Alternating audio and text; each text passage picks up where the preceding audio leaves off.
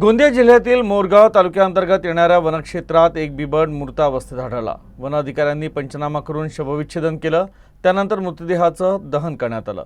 वन्य प्राण्यांच्या झुंजीत या बिबट्याचा मृत्यू झाल्याचा अंदाज व्यक्त करण्यात येत आहे। गोंदिया जिल्ह्यातील मोरगाव तालुक्यातील वनक्षेत्रातील बोनगाव नियक्षेत्र बोदरा येथील मौजा सोनेगाव झुडपी जंगल इथं रात्री गस्ती दरम्यान वन विभागाच्या कर्मचाऱ्यांना बिबट मृतावस्थेत आढळून आला। घटनेची नोंद घेऊन जागेचा पंचनामा आणि वनगुन्हा जारी करण्यात आला। रात्र झाली असल्यानं वरिष्ठांच्या मार्गदर्शनात मृत बिबट्याला वन आगार अर्जुनी मोरगाव इथं हलवण्यात आलं। तर नवेगाव बांध इथं मृत वन्य प्राणी बिबट्याचं शवविच्छेदन करण्यात आलं।